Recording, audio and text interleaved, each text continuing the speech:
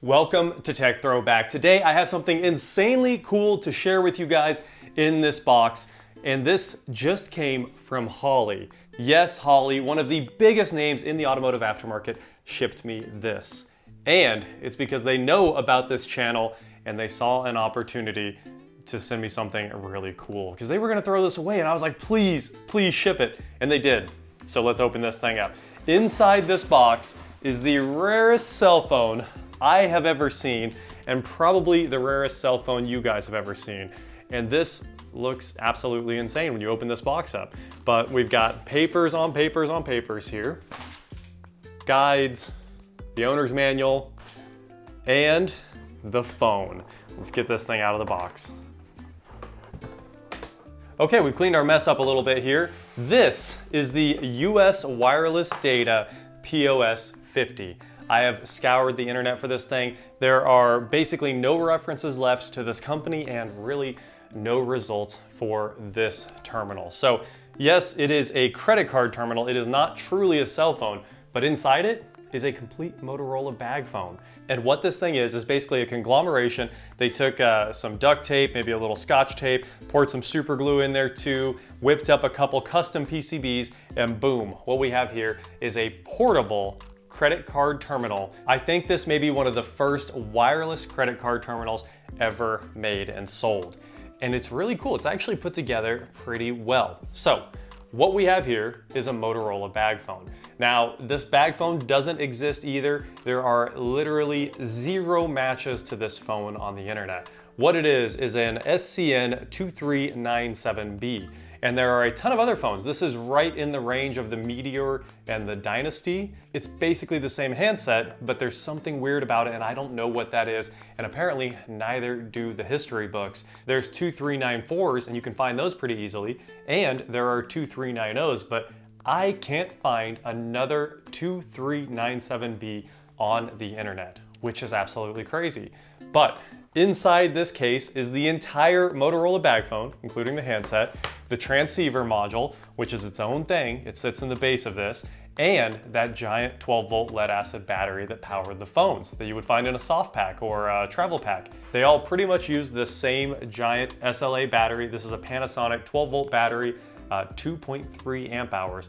This, can you imagine? This would run an iPhone for multiple days. But it ran this for a matter of hours, and I think there were 48 hours of standby time on the phone. So you could talk for a bit, and you could leave it on standby for a few days, basically 2 days straight. That's not much from a battery this size, and it weighs a ton. But enough about the Motorola phone. The rest of this is where it gets really interesting. What it does is it fakes a dial tone with one of the PCBs in here, and it uses that as a little bit of a converter for this, which actually does have a dial tone. They acted like they were a plain old telephone system phone where you would hit send and there would actually be a dial tone, but this would present a dial tone to this credit card terminal, which I have no idea what it is. It looks like a Verifone Zon or a Verifone Zon XL Junior, and it also looks like a slightly later model because of this little divot here in the mag stripe reader. So I'm not quite sure what it is. And then there's also, what's really cool, a receipt printer tacked on here.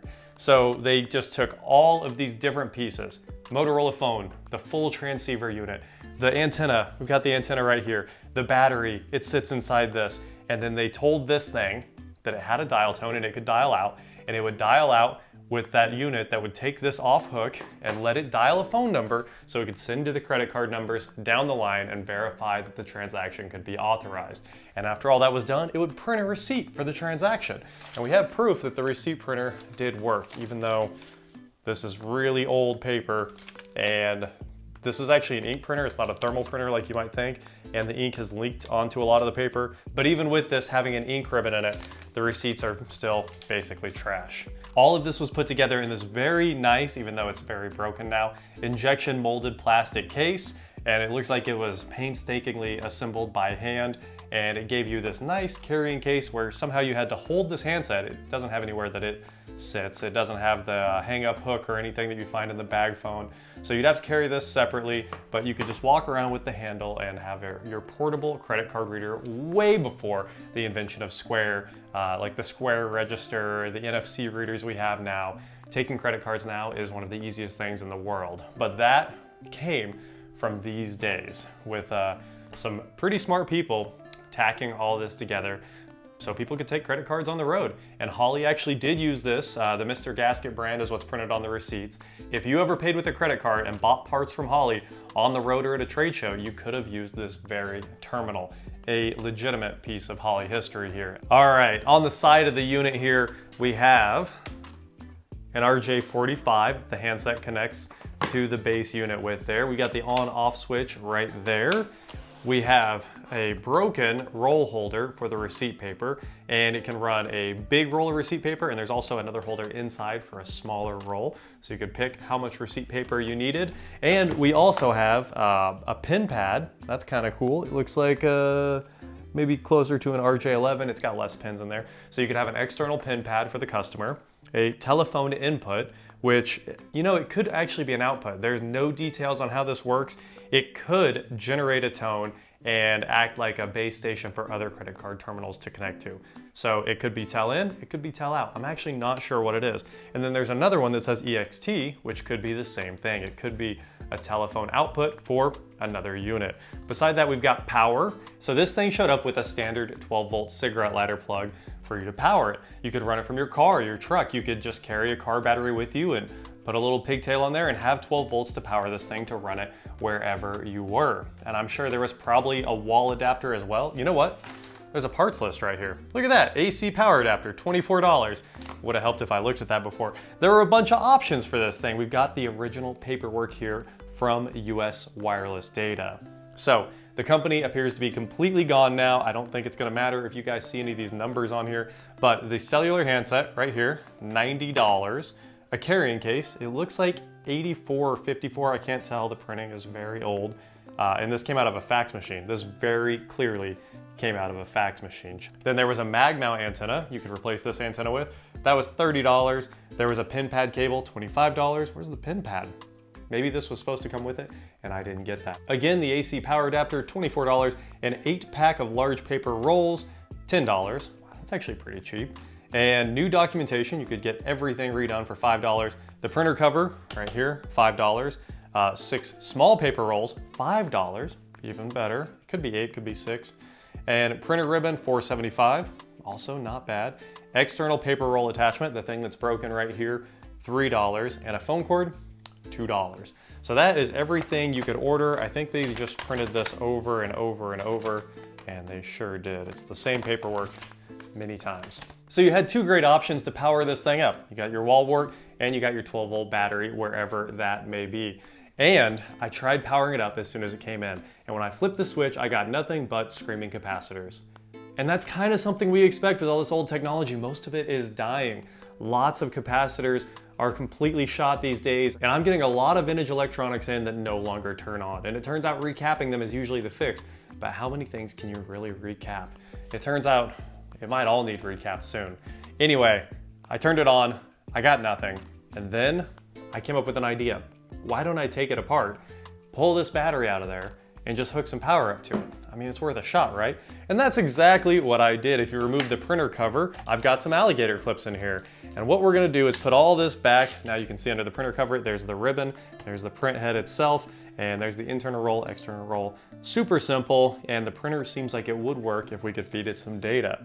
But we are going to power this thing up so you guys can check it out. So this is the factory power cord. I've got that connected to my big 120 to 12 volt adapter over there. It's from Rubbermaid. I've had them since I was a kid. They were designed to run big old electric coolers that you take in your car, so they actually can handle a ton of load, which lets us do whatever we want with it, like powering this. So I shoved a wire into the inside of the barrel connector, and that's going to be our positive right there, and we'll hook this one onto the outside. Luckily, they did include a diagram on there saying that it's center positive, as everything should be. I mean, come on, if you wire your barrel plugs as exterior positive, I don't know what you're doing. That's just, it's terrible. All right, that's it. It powered up. I left the switch on apparently. Anyway, here on the handset, we have the standard LCD display that you find on a Motorola Dynasty or a Meteor. It's a 10-digit alphanumeric display, and we can push all the buttons on this and it will just make loud noises because these things had the loudest speakers for some reason. What was Motorola thinking? I don't know what you needed to hear over, but apparently it was a jet engine. But every single button press is outrageously loud. Underneath that, we've got 6 buttons: volume, recall, send, power, function, and end clears. With that number cleared out, I can go ahead and hit send, and we'll find out that this thing has no service. We have the high-low tone, indicating that the phone can't do anything, which is unfortunate. This did run on amps, of course. The analog frequencies are long gone, 850 megahertz. And the cool part about these is they could have transceivers that put out 3 watts, which would have let you take credit cards in places that we probably still can't take credit cards today. The range was probably incredible. Of course, amps frequencies were really terrible compared to what we have today, and they had to do this over analog voice instead of data, but it worked. They made this work years and years and years ago. So that is the Motorola bag phone that doesn't seem to exist anywhere in the world. I really think it might be the last one. There are no results on the internet for that thing. But time to talk about our credit card terminal here. We've got the cellular service light that's flashing. I assume flashing means it's detected an error. It should probably be solid when there is cellular service. Obviously, we've got no way to test that. We can't stand up an analog cell site here, but it's giving us some status there, and that's good. It does mean everything's talking inside this. Underneath it, we got the paper feed button. Hit it, you can hear the paper trying to advance. I've had it in there. It does seem to work just fine, and it also advances the ribbon, so all of that is probably still gonna work today. The ink is still wet, so if we could make the thing print something, it would probably work right now. Is this a Verifone terminal? Is it a Zon? Is it some kind of later thing? Is it a hybrid that US Wireless Data created in-house?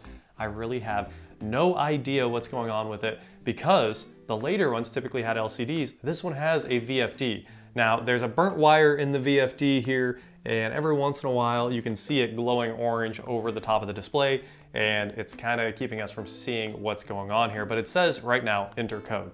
And if I hit 0, enter, it says blind dialing, not standard dialing. And if I hit 1, it says blind pulse dialing.